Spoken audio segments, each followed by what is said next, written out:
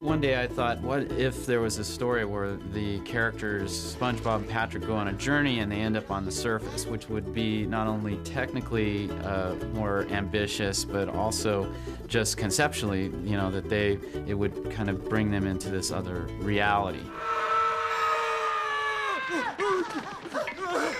That was really the thing that led me to be interested in trying to do a feature with the characters. It's a road movie. It's a great road movie adventure, and it's just nuts. I am continually dazzled and delighted with what these guys are coming up with. SpongeBob came from my interest in the ocean. I was interested in scuba diving early on and surfing and really basically loved the ocean. And it's just the most fascinating place. But I also am interested in animation, so really SpongeBob is a combination of these two things that I really enjoy. I was interested in doing a show that starred one character that was kind of an innocent, based on some of the classics like Chaplin and Laurel and Hardy, that sort of humor where these childlike characters unhinge everybody around them. In your face! It dawned on me that a sponge was a really odd animal, and that would make a really strange, oddball kind of the center of the world. Look at this little guy. That's really where that idea of doing a character about a sponge came from. Originally, SpongeBob was going to be a realistic sea sponge. He looked like a loofah mixed with a rock, mixed with a potato. Not really telegenic or pleasing to the eyes. And I was still looking for that kind of squeaky, clean nerd, and I drew a square sponge, like a sink sponge, which isn't a real sponge. Those are actually fake. You know, they're cellulose. But it looked so funny, and it seemed to fit the personality I was looking for. And that's really when things started to take off. I had this square, sponge-shaped oddball that was going to embody innocence in this show. SpongeBob is an adult character that acts like a child, and he has a child's perspective, and he's well-meaning, but this often causes him trouble. I would say the show is really about not losing that, not losing your childlike sense in life, you know, that it can be helpful in solving problems. It also can cause trouble, and it does for him. We're just kids. A couple of kids in way over their heads. He is this innocent character. He lives in a pineapple next door to a guy that lives in this Easter Island head-like house, obviously the curmudgeon in town, and that makes for a lot of interesting stories.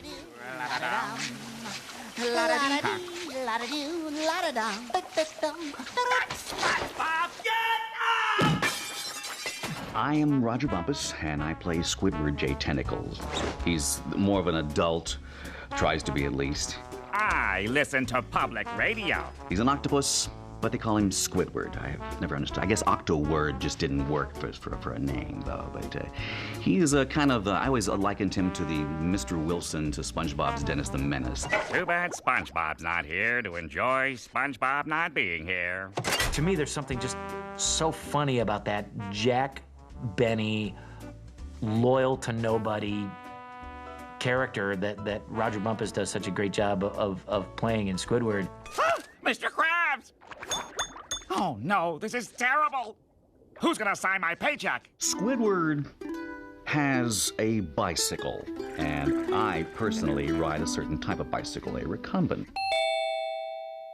bicycle, and they gave Squidward my recumbent bicycle in this. My little inside joke in the whole thing. No one's gonna know it but me. SpongeBob lives in a pineapple. His neighbor is Squidward, the squid that's a curmudgeon, and then next to him is SpongeBob's best friend, Patrick, who's probably the dumbest guy in town. He lives under a rock, literally. Patrick is one of the denizens of Bikini Bottom. I'm good buddies with SpongeBob, and we have lots of misadventures. This one goes out to my two bestest friends in the whole world, Patrick and his big peanut guy. Everyone knows that Patrick is a dolt. Did you see my underwear? No, Patrick. Except SpongeBob. Did you want to? SpongeBob thinks Patrick is a genius. SpongeBob thinks that all Patrick's ideas are good ideas. I have to use the bathroom. That Patrick is a smart guy, that Patrick knows what's up. I'm supposed to get a toy with this? Patrick is a gamer. Thanks. Patrick is definitely a gamer. And it's an interesting world that it has kind of a childlike, I think, experience of the world around them without the guise of supervision. And it's kind of like kids living without parents in a way. I guess you could say that maybe Squidward and Mr. Krabs provide kind of the voice of authority. What I'm trying to say is, you're just a kid. But they're not parents, though, so it's kind of a freakish scenario, I think, in that way. Hello, I like money. I play Mr. Krabs, SpongeBob's boss, and the only real adult in the regular cast. $101 for a Krabby Patty? With cheese, Mr. Squidward, with cheese. Mr. Krabs is interested in the very mature area of commerce. He's only driven and motivated by money and the acquisition of money, and he hires slave labor like SpongeBob and Squidward, and the only person that he doesn't hire is Patrick, because Patrick's just too stupid to work for nothing. I love being purple! We've all had this kind of boss who's just avaricious, greedy, rapacious, and he's the type of person, again, a good guy. Nobody in SpongeBob's world is unrelentingly, unsalvageably evil, but Mr. Krabs represents that aspect of humanity that thinks that getting rich and having money will solve all his problems. King Neptune is riding toward the Krusty Krab at lunchtime. He's got money. We added a couple new characters to the movie. I play King Neptune, who is sort of mean. He's incredibly bald. And notice it. Bald! He's in denial because he has no idea that he's bald. What does this crown do? Covers your bald spot. Which I don't relate to because I've never been bald. This crown does much more than cover a slightly receding hairline. If I were bald, it would be terrible, but I'm not bald. King Neptune is somewhat, I would say, old-fashioned. He rules by, with the iron fist. Eugene Krabs, your 6-day reprieve is up, and it is time for you to die. And Mindy is more progressive. Mindy is his daughter, a mermaid, who will one day be queen of the sea. This crown entitles the one who wears it to be in charge of the sea. One day, you will wear this crown. I'm gonna be bald? Thinning! I play a character named Mindy. She's a mermaid, and she's not a traditional mermaid.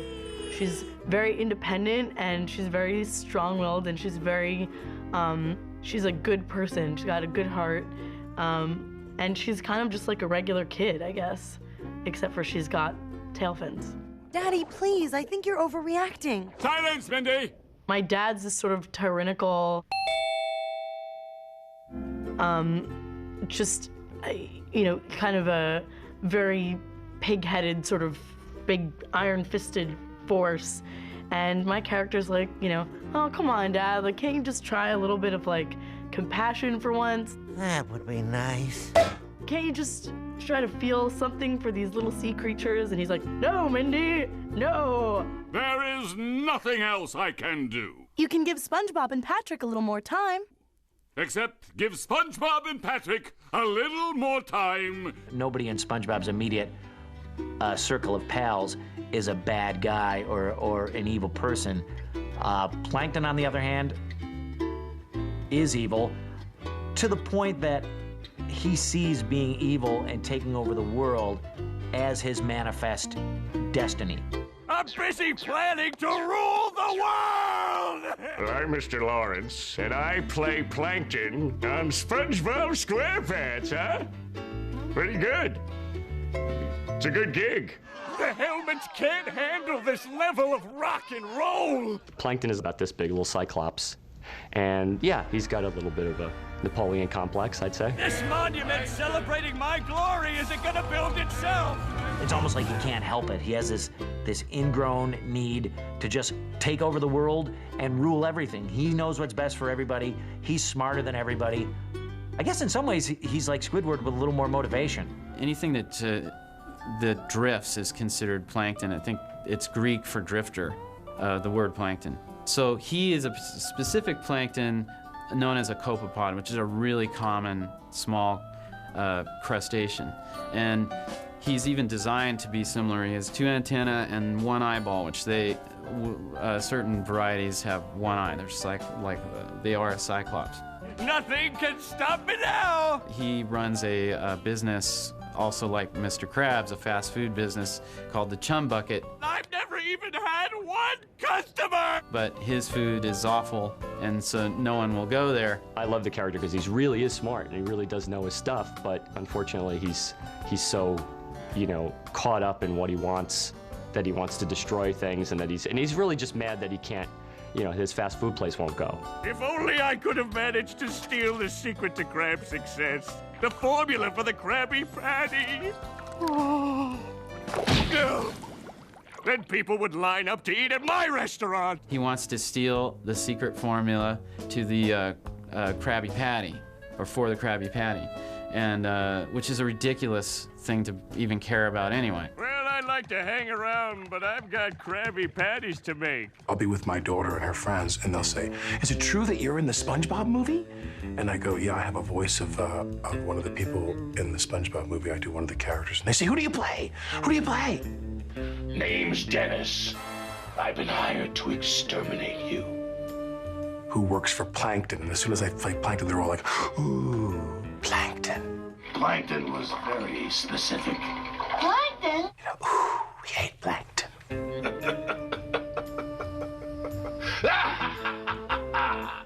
And I've learned now to really push that button with them. So when the next day there'll be a different round of people, my kids' friends, and they'll say, "So are you in the SpongeBob movie?" And I'm like, "Yeah, I work for Plankton." And they all go, "Oh, Plankton." They hate Plankton. So I'm learning more and more about where everybody fits in the SpongeBob world. That was beautiful, but we got S a little too hot. I'm gonna come out there and kill the sound man. Let's do it again. When you set out to do a movie, there should be something special about the movie, I guess the hook of the movie. You know, what's the hook here? And I think the hook is that these guys are going to take a major leap into live action, and for us, technically, that's a huge thing. We never really had the characters running around in a live action world, so that was presented an interesting challenge, and I think that for the audience, I would hope that it's a payoff, you know, that they're going to see something that they would never see during the series. Oh no. How will we ever get back to Bikini Bottom now? I got this phone call from Steve, who created SpongeBob, and called me up and said, "Hi, we're doing a picture called SpongeBob, and we'd love you to be in this." And I said, "I don't care what the part is, I'm in." Because when I mention the word SpongeBob around my household, my kids go crazy. I've seen the show, I love the show, but mainly it's because my kids said, "Dad, you got to do this one." And I love Nickelodeon. I think it's a really positive thing for kids. And so I was really honored and happy to do this. When I look up like that, like, yeah. Oh, yeah, please do it again. Here we go, picture. DH, as I like to call him, meets Patrick and SpongeBob at the edge of the beach, and they're trying to get back with the crown, and they don't have any way to get back, and so Hasselhoff shows up, and he's like the superhero, you know, coming to offer them a free ride back. Action! I can take you there. Who are you? I'm David Hasselhoff. SpongeBob says, "Hooray, who are you?" And I go, "I'm David Hasselhoff." And I went, "How weird is this?" So where's your boat? Boat? You guys. Good, and cut. Somebody said, what if he doesn't have a boat? And so he just swims, and basically Hasselhoff comes running down the beach when they need help and puts him on his back and swims to Bikini Bottom, which is out in the middle of the Pacific. Hooray for Hasselhoff! This is our enormous 13-foot Hasselhoff body. Oh! The double size. 700-pound David Hasselhoff replica with hair from a yak. This is from a yak. And we built a double-sized version because of all the action that takes place on Hasselhoff's back.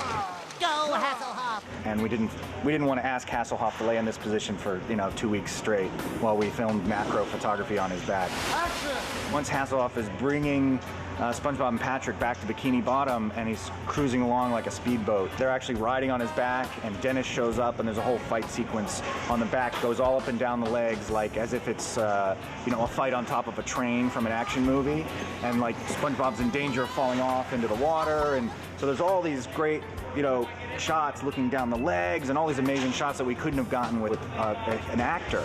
So we had to build this giant version of him. Take it easy back there, fellas. He totally understood that it was campy and that he really got it. And after the shoot, I realized no one else could have done this. I mean, the guy was in shape. He has a stunt double that they work together with, but he does a lot of his own stunts, and he went the whole 9 yards. I mean, he really worked hard for us and did a performance greater than I imagined. And all the while, I know he was excited to do it for us. He was really helping us out, and great job. He did a great job. You done good, Hasselhoff. You done good. On this trek, SpongeBob learns a lot about himself. So there's actually his personal growth in the story is that he learns to believe in himself. I've been through a lot in the past 6 days, 5 minutes, 27.5 seconds. And if I've learned anything during that time, it's that you are who you are. This movie is very much a journey that SpongeBob and Patrick take to prove that even though they're perceived as being children and, sort of goofball children at that, I'm a goofy goober, yeah. that they are able to achieve great things despite their lack of experience and despite their lack of worldly knowledge. I did what everyone said a kid couldn't do. I made it to Shell City, and I beat the Cyclops, and I rolled the Hasselhoff, and I brought the crown back! I guess it is a little bit of a wish fulfillment fantasy that a child would have, is that everything is riding on the green kids just because they're the last people left. Hooray! We made it! That's kind of a sidebar. The most important thing is that Mr. Krabs is in peril. It's a story about a crab, and he's been framed by his nemesis Plankton. That's the story. SpongeBob, me boy! I'm sorry I ever doubted you. That's a mistake I won't make again. Oh, Mr. Krabs, you old soft serve. Oh, I'm a goofy goober, yeah. You're a goofy goober, yeah. We're all goofy goobers, yeah. Goofy, goofy, goober, goober, yeah!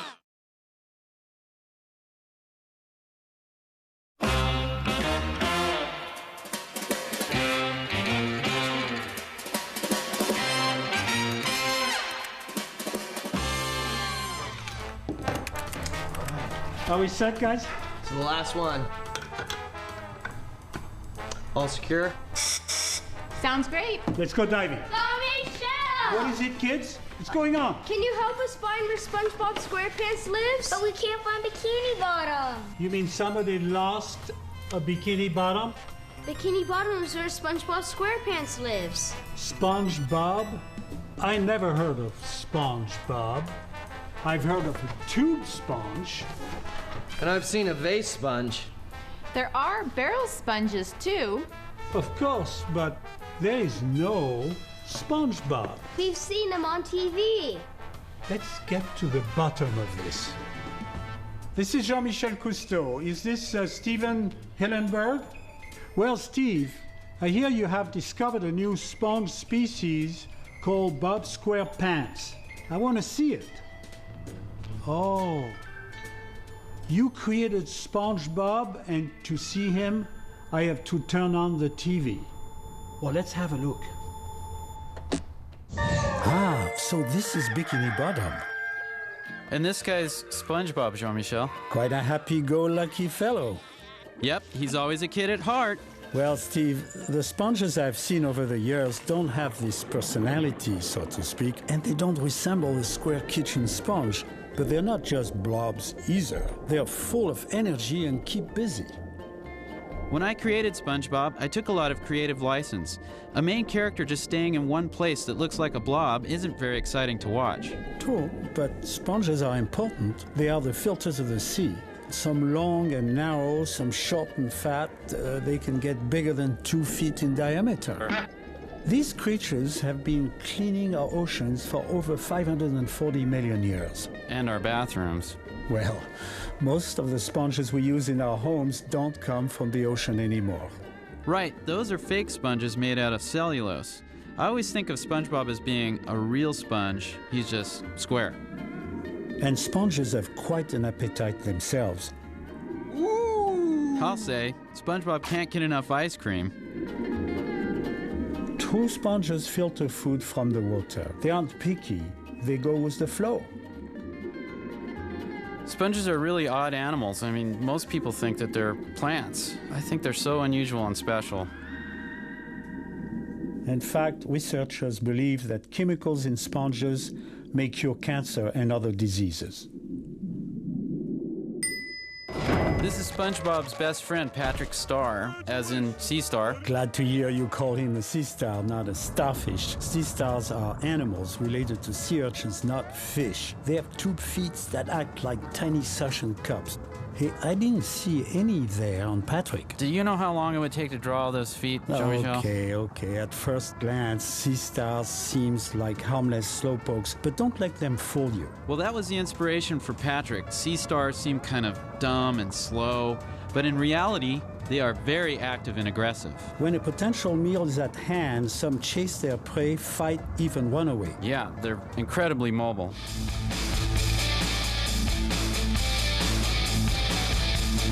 They control population of other species on the reef by eating them, keeping things in balance. Well, then Patrick is definitely true to his kind. He loves to eat. And their eating habits are strange. Get this.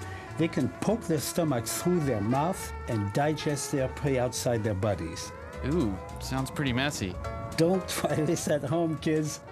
At least not while your parents are watching. Steve. What? Well, never mind. Well, at least I think we agree that they are remarkable as they are beautiful. Without a doubt. I'm busy planning to rule the world!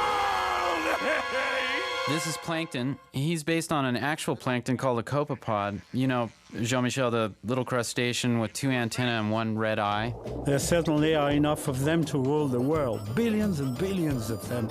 They can be miniature plants, phytoplankton, or animals, zooplankton. Your character, the copepod, is definitely an animal and he's been eating his greens.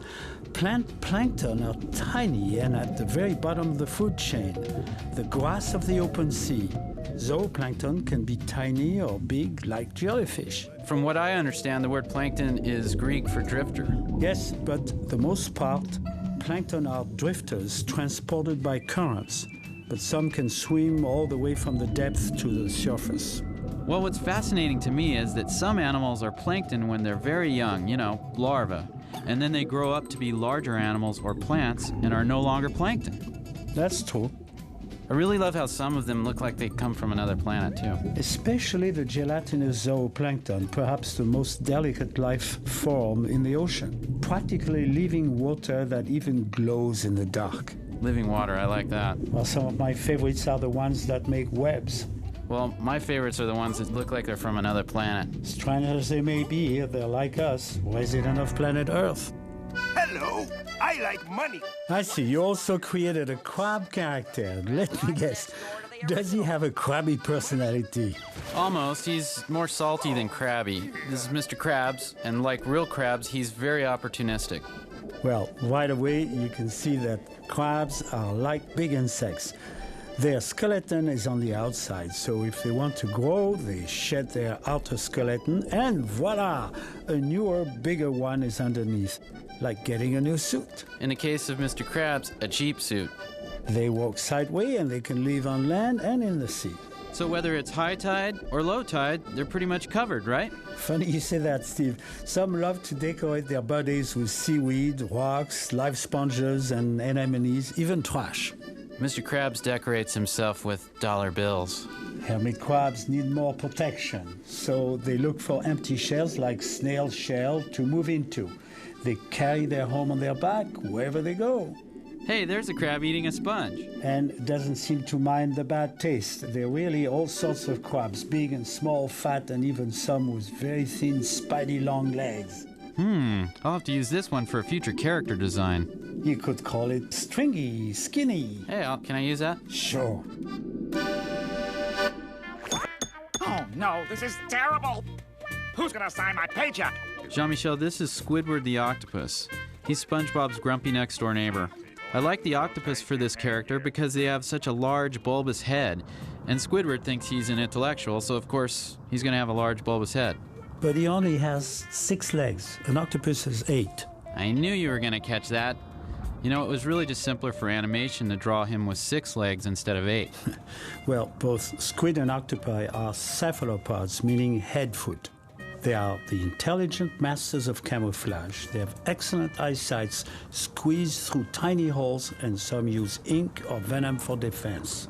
We've tried to do jokes with Squidward releasing ink in the show, but it always looks like he's pooping his pants. More than I needed to know, Steve. I'm sorry. They can get big. An octopus can be 500 pounds. According to researchers, a giant squid can be 60 feet long, yet we've never filmed them. And both the squid and the octopus can be small, like the market squid. They are the example of diversity, being about as weird as any group of critters in the sea. I love the weird ones. Hey, isn't that a cuttlefish? Now, they have more than 8 tentacles, right? They have 10, actually. Like the octopus, and cuttlefish can change their looks depending on their environment. They have a siphon for pumping water, which they use for jet propulsion, just like an octopus.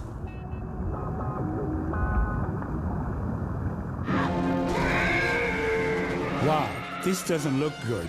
Is this the end of SpongeBob? No, but he'll be more cautious the next time he stops for ice cream. He's being tricked by one of the most bizarre creatures in the sea. Bizarre and sneaky. And ugly, but I adore frogfish. I'll let you in on a secret, Steve. My nickname is Frogfish. I'm sorry to hear about that. Well, these guys have a big mouth. Their squirmy thing is a lure, a built-in fishing pole. Frogfish have perfect camouflage, so they find a good hiding spot, lure the fish in, and whammo, dinner is served. Well, in the movie, we changed the worm lure to ice cream sundaes because that's what attracted SpongeBob and Patrick. So what gave you the idea to use a frogfish? While we were making the movie, I saw one while snorkeling on a reef in Hawaii. It was hiding out on this big yellow sponge, believe it or not. I watched it creep along on its little feet, and I thought, I've got to use this in a movie. It's so fascinating. They really don't like to swim. They're simply not made for it, so they use their fins as feet to walk short distances and at times even gallop. Gallop? I didn't see that when I saw one. It's true, they may seem clumsy and awkward, but at the right moment, they can really move. Well, they may seem ugly, but there is something that is truly disturbing under the sea. And what's that? The wastelands in the ocean. Places that were once vibrant and thriving with life. You mean bleached and dying coral reefs. You know, SpongeBob, there's a lesson to be learned from all of this. What's that, Patrick? I mean, look how beautiful the ocean can be. Life and color everywhere. It's too bad that humans have had such a negative impact on it. Yes, it's sad and it's a problem. If we don't do more to understand and care for coral reefs, we may lose them for good, possibly in less than 30 years. Look at that, the reef has lost its color. When the coral reef looks bleached, it's sick. It's lost the ability to work like a city under the sea. It cannot support life. It's sad but true. Human activities damage the reef. It looks like someone dumped sand on the reef here. That's called sedimentation, caused by runoff from land. It smothers the reef. Eventually, our life will be affected by our poor treatment of the ocean. But we humans can do something about this, right? Right. It's not too late to protect the ocean. Thank you, stranger! Now, this is one character I certainly know. Unlike you, Jean-Michel, this diver is not such a nice guy. He's the villain in the movie, modeled after an old-fashioned hard-hat diver from the late 1800s. As you know, they didn't swim, they walked, and must have looked like towering giants to anything living on the ocean floor. Diving in the early days was very dangerous. To explore the ocean, the first step was to put on a thick suit and a heavy helmet and pump air down to the diver. It was difficult, but the connection between humans and the ocean is critical, and to better understand and protect it, we must explore. Our lives depend upon it. What's up with Mr. Stripes here? He's demonstrating the second step. To put the air needed to breathe in a tank the diver could take with him. The equipment was uncomfortable, movement was difficult, and the air supply was limited. But then my father and Émile Gagnon invented scuba, and everything changed.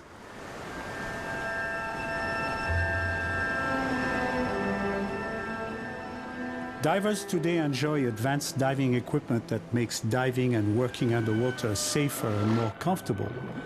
We now use different mixtures of gases to breathe, so we can safely go deeper for longer periods of time. Technology has allowed the human race to embrace the underwater world and become a man-fish. My team uses highly advanced systems, some that make no bubbles, so we can get up close to marine life. Our masks are designed so we can talk with each other underwater and with our crew above the surface. Wow, this is a serious dive suit here. That's the newt suit. It works like a submarine, allowing the person inside to go deep for long periods of time. Then there is Deep Worker, just one of many subs that make deep ocean exploration possible. Well, thanks a lot, Jean-Michel. You've really taught us a lot today, and I hope you enjoyed the tour of Bikini Bottom. Well, thank you, Steve. Let's talk soon, okay? Is it clear now? Yes. I still wish we could go to Bikini Bottom. Well, the ocean is full of wonderful places. As a matter of fact, we're going there now. You want to join? Yeah! Let's go. Hey, somebody looking for a Bikini Bottom? We already found them on TV. Come on, man, get with it, will you?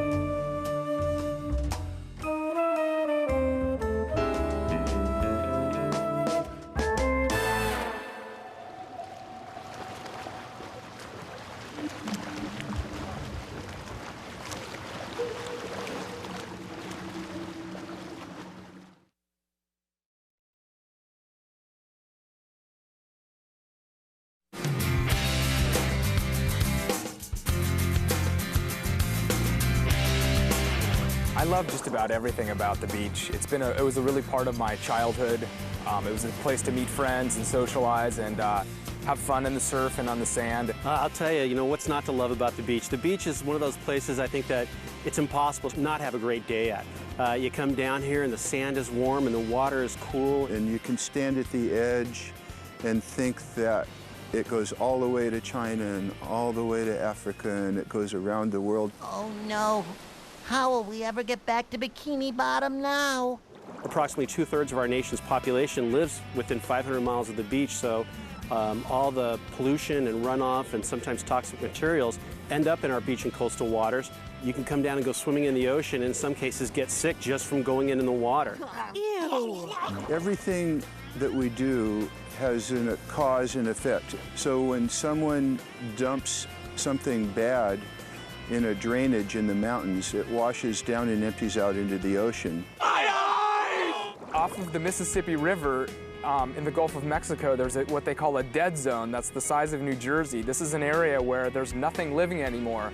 And the reason that dead zone is there is because all of the pollution that's been collected in the Mississippi River is ending up in the Gulf of Mexico. Well, offshore, that water in the ocean evaporates and comes into clouds and forms rain clouds and comes back to the coast. So what happens in Kansas affects the Gulf of Mexico, and what happens in the Gulf of Mexico affects the plains of Kansas. So you see, you can't quit. The fate of Bikini Bottom rests in your hands. The Surfrider Foundation is a group of surfers and ocean scientists and concerned citizens who have banded together to protect the ocean.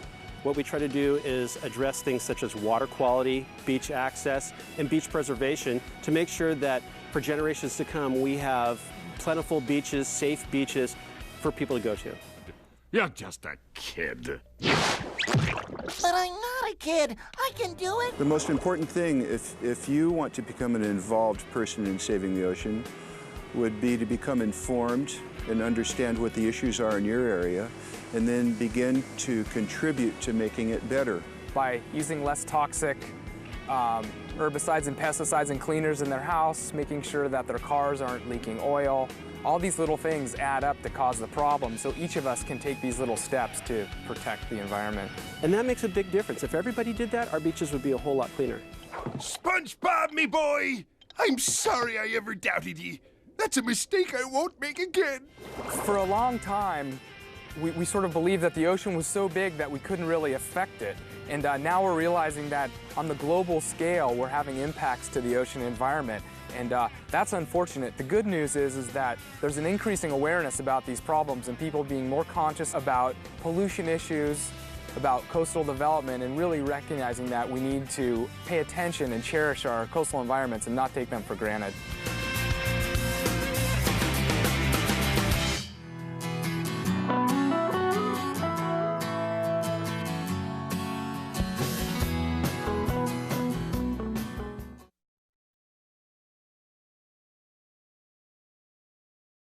Hi, this is Steve Hillenberg, director of the SpongeBob SquarePants movie. We wrote the SpongeBob movie by using storyboards instead of a script, which means we drew what was to happen rather than describing it with words. Here are some of those original storyboards accompanied by the original dialogue read by the artists. Enjoy.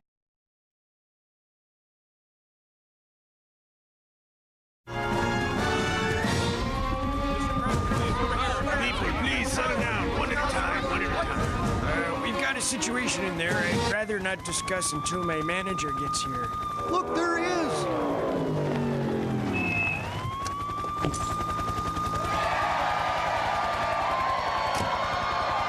Talk to me, Pat. It started out as a simple order, a Krabby Patty with cheese. So what went wrong? When the customer took a bite, no cheese! This has never happened before. Get a hold of yourself, Eugene. I'm going in.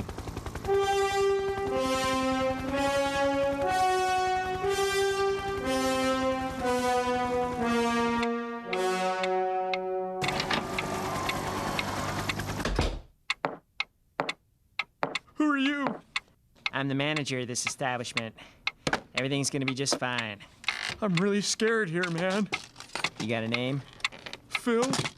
You got a family, Phil?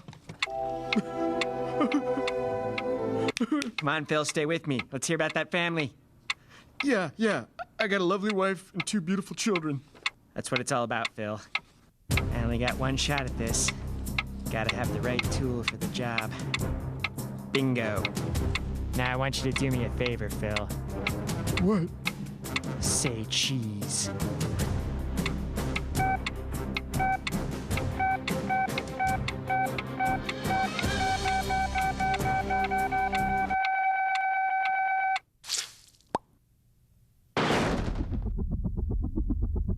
Order up.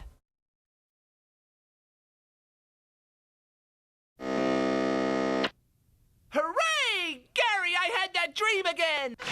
And it's gonna finally come true today! Sorry about this calendar. Because today is the grand opening of the Krusty Krab 2 and the announcement of new manager! Meow. Who's it gonna be, Gary? Well, let's ask my wall of 374 consecutive Employee of the Month awards. SpongeBob SquarePants! I'm ready. Promotion.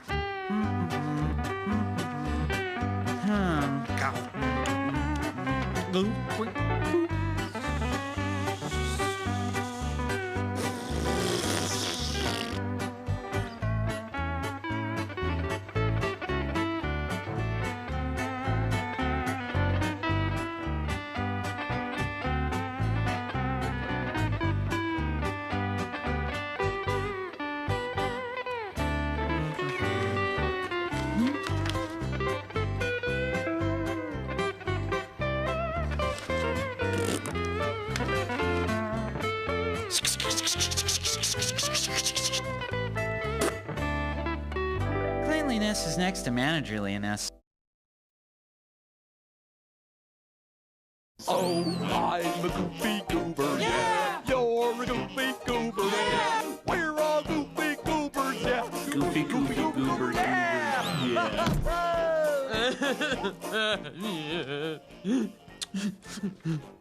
All right, get it together, old boy.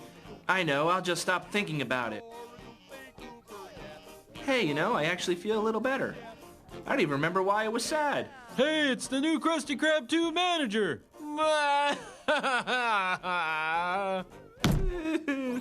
Wow, the pressure's already setting in. No, Pat, you don't understand. I didn't get the promotion. What? Why? Mr. Krabs thinks I'm a kid. What? That's insane! I know. Saying you're a kid is like saying I'm a kid. Exactly. Here's your goober meal, sir. Hey, I'm supposed to get a toy with this. I'm gonna head home, Pat. The celebration's off. Okay, see ya. Here's your triple gooberberry sunrise, sir. Yum. Triple gooberberry sunrise, huh? I guess I could use one of those. Now you're talking. Hey, waiter, we need another one over here. Here you go. Ooh.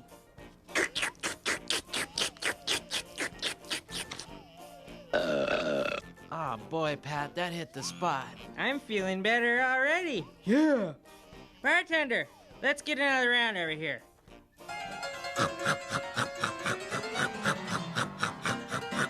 Oh, Mr. Waiter. 2 more, please. Woo! Waiter. Oh, waiter. Waiter. Waiter! Why do I always get the nuts?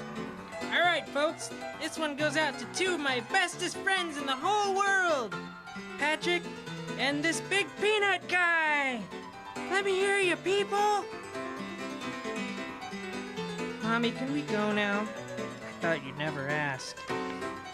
We got ourselves a couple of party poopers, Pat. You know what that means. Waiter! Hey, get up. Hey, come on, buddy. I want to go home. Come on, pal. My head. I'm trying to get out of here. I'll take a double fudge spinny. It's 8 in the morning. Go scrape up your friend and get going. Friend? Patrick! What's up, buddy? Wait, you said 8 o'clock? I'm late for work. Mr. Krabs is gonna be... Mr. Krabs.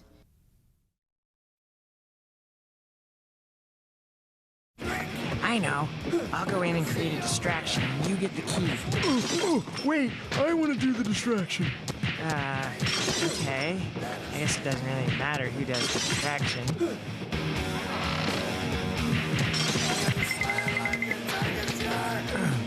Can I have everybody's attention? I have to use the bathroom. It's, right over there. Stupid contacts. There it is. Better go wash off. Patrick! You call that a distraction? I had to go to the bathroom. Well, I got my hands dirty for nothing. Pat, check it out. Whoa! Hooray! Bubble party!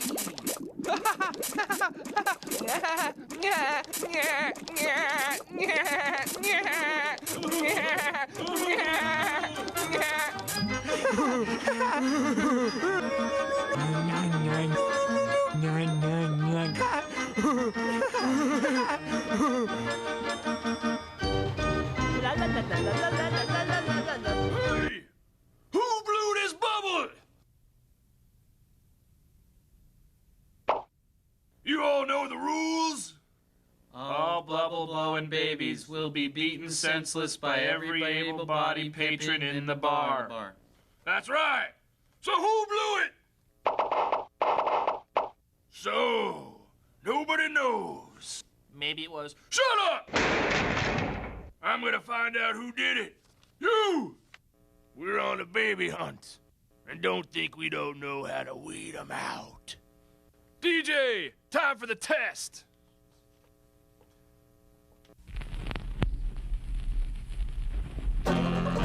No baby can resist singing along to this. SpongeBob, it's the Goofy Goober theme song. I know. Oh, I'm a Goofy Goober, yeah. You're a Goofy Goober, yeah. We're all Goofy Goobers, yeah. Goofy, Goofy Goober, Goober, yeah. It was you! You're the baby! No, I coughed, I swear. DJ, turn it up louder! Goofy Goober, yeah. You're a Goofy Goober, yeah. We're all Goofy Goobers, yeah. I'm trying so hard. I'm a Goofy Goober, yeah. You're a Goofy Goober, yeah. We're all Goofy Goobers, yeah. Goofy, Goofy, Goober, Goober, yeah!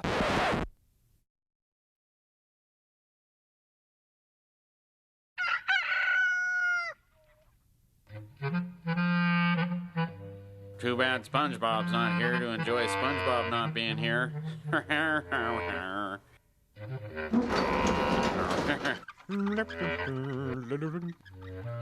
Morning. Some people have no taste in headgear. There's another one. Babies, too? Excuse me, miss, but where's everyone getting that horrid headwear? Who said that? Down here. Oh, well, I got it at the Chum Bucket. Plankton's giving them away free with every Krabby Patty. Chum Bucket? Free? Krabby Patty? Plankton? Giving? With? That's right. Something smells fishy around here, and for once it isn't my laundry. So, you're selling the Krabby Patty, ain't Plankton? That's right, Squidward, and there's a free bucket helmet with every purchase. Care for one? No. You may have hoodwinked everyone else in this backwater town, but you can't fool me. I listen to public radio.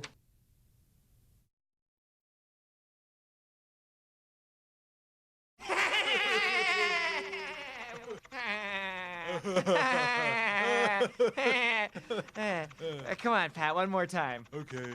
We're on a baby hunt, and don't think we don't know how to weed them out.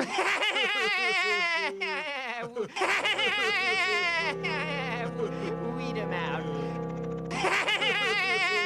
What a jerk. How about when he was all like, well, well, well, looks like we got ourselves a double baby. And they were like, it wasn't us, it wasn't us.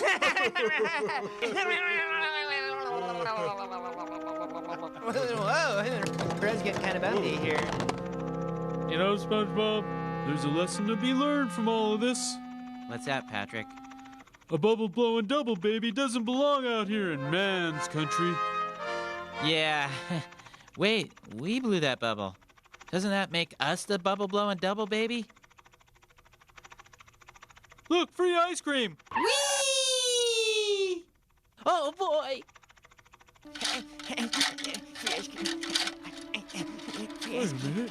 Wait a minute. SpongeBob! What? Make mine a chocolate! 2, please. Certainly. You kids enjoy. We're not kids, lady.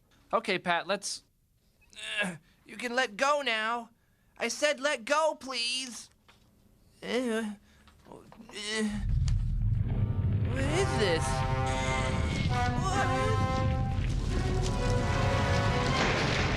What kind of old lady are you? Ew.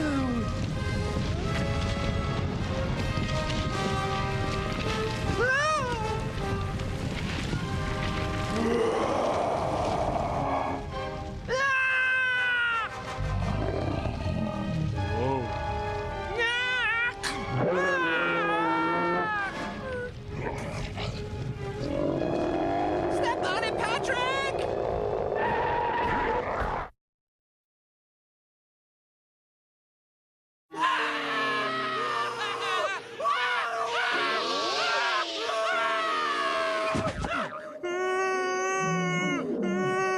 Patrick! Huh? Are we dead? No, far from it, my friend. We're safe and sound at the bottom of this trench. The mustaches work! Do you know what that means? We are invincible!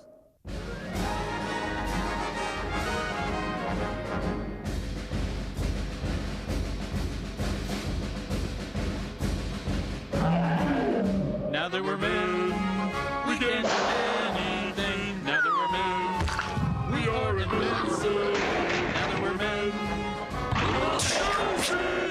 get the crowd, save the town, and Mr. Krabs. Now that we're men, we have facial hair. Now that we're men, I changed my underwear. Now that we're men, we got a manly flair. We got the stuff, we're tough enough to save the day. We never had a chance when we were kids. Oh, oh, oh. But take a look at what the mermaid did. Ha, ha, ha.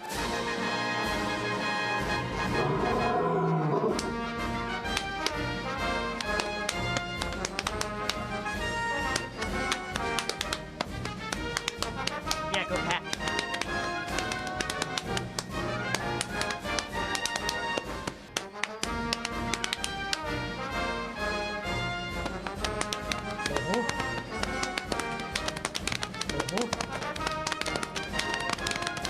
Yeah, go SpongeBob.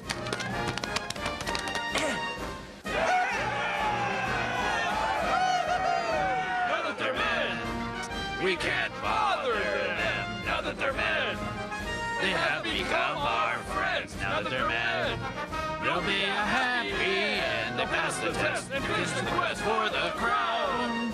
They'll pass the test and finish the quest. They'll pass the test and finish the quest for the crown.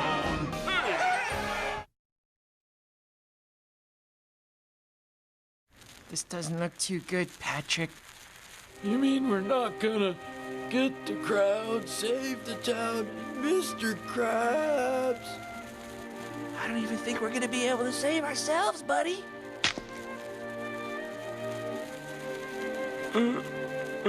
Thanks. Don't mention it. Well, it looks like what everybody said about us is true, Patrick. You mean that we're attractive? No, that we're just kids. A couple of kids in way over their heads. We were doomed from the start. I mean, look at us. We didn't even come close to the crown. We let everybody down. We failed. Shell City. Yeah, we never made it to Shell City. Shell City. Exactly, buddy. How the place we never got to. Shell City. Okay, now you're starting to bum me out, Patrick. Oh, look at the sign. Shell City. Marine gifts and sundry. Shell City's a gift shop? But if this is Shell City, then where's the crown? Neptune's crown. This is Shell City. Pat, we did make it. Yeah, I guess we did. We did all right for a couple of goofballs.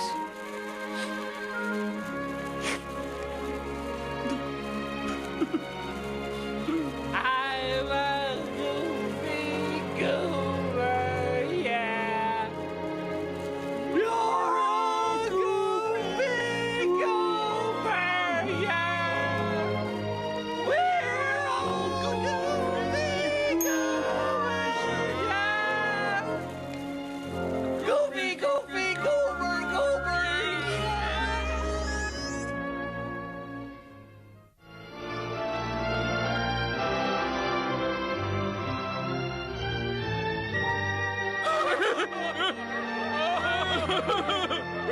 That's the end of SpongeBob! Come here, you! Shut up and look at the screen. Arr, the bird's right. Look, it be the tear of the Goofy Goobers.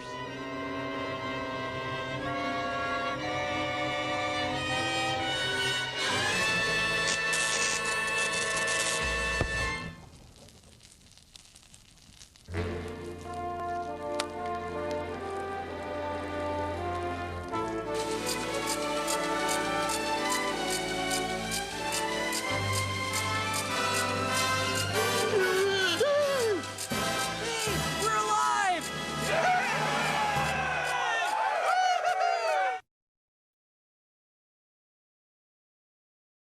Come on, Pat! Which way now? I don't know. SpongeBob, Patrick, is that you? Sandy Cheeks, is that you? Mother of pearl, Sandy, wherever you are, save us from this hideous monster! Guys, it's me, Sandy Cheeks. This is what I look like up on the surface.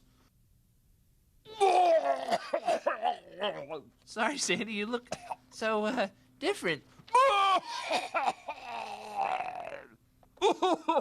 What are y'all doing up here on dry land? No time to explain, Sandy. We gotta get back to Bikini Bottom in a hurry. It's an emergency. Y'all can catch the 1142 bus down at the beach. I'd go with you, but I'm having an adventure of my own. We've located the squirrel. We're moving in to apprehend. Nuts! Take cover, boys. This could get messy. Acorn bombardment. Send it back up. You'll never stop the squirrels! Ready, Pat? Ready. Boy, this place sure isn't like Bikini Bottom. I'll say. Did you see that? What? Out of my way, morons.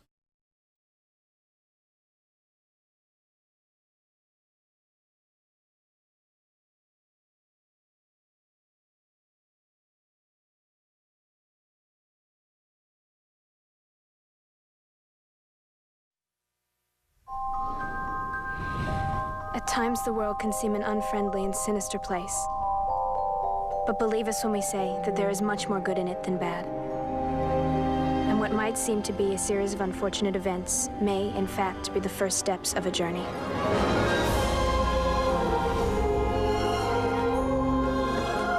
Our journey begins here, at the home of our new guardian. Hello, hello, hello. I am your beloved Count Olaf. 3 orphans. My dear Violet. An unscrupulous guardian. All I ask is that you do each and every little thing that pops into my head while I enjoy the enormous fortune your parents left behind. We're very concerned. New on DVD. Based on the series of best-selling books. You're invited to discover This way, to the reptile room. a world built by imagination, ruled by invention, and strung together by a series of unfortunate events. Paramount Pictures and DreamWorks Pictures present Jim Carrey, Jim Carrey, Jim Carrey. And then the unthinkable happened. Lemony Snicket's A Series of Unfortunate Events. Now that we're family, I can be the ultimate dad.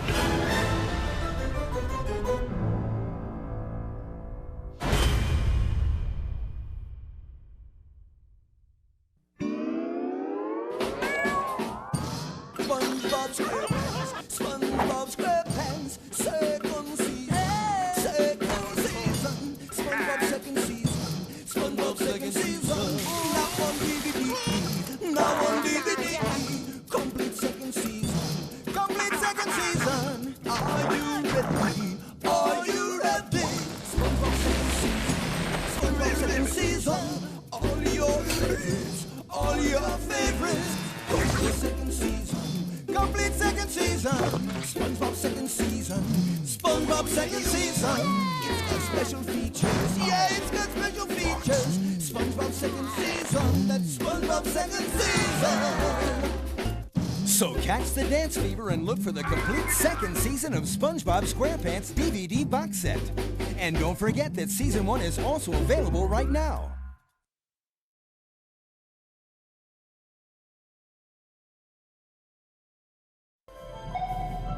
Sonar 40. Is that sound still out there? Auspeilung in 60 Grad. Ganz schwach. Captain I, what do you got? What's going on, Jonesy? I can hear. What the hell is it? Splashes. 3,000 yards, closing awfully fast. Mother of God. Don't you just love playing submarine, Gary? Prepare to dive!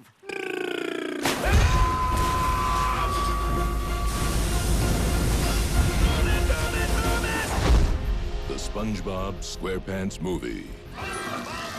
Captain, sir, you're never gonna believe this. For a second, I thought I heard... Heard what? I thought I heard singing, sir.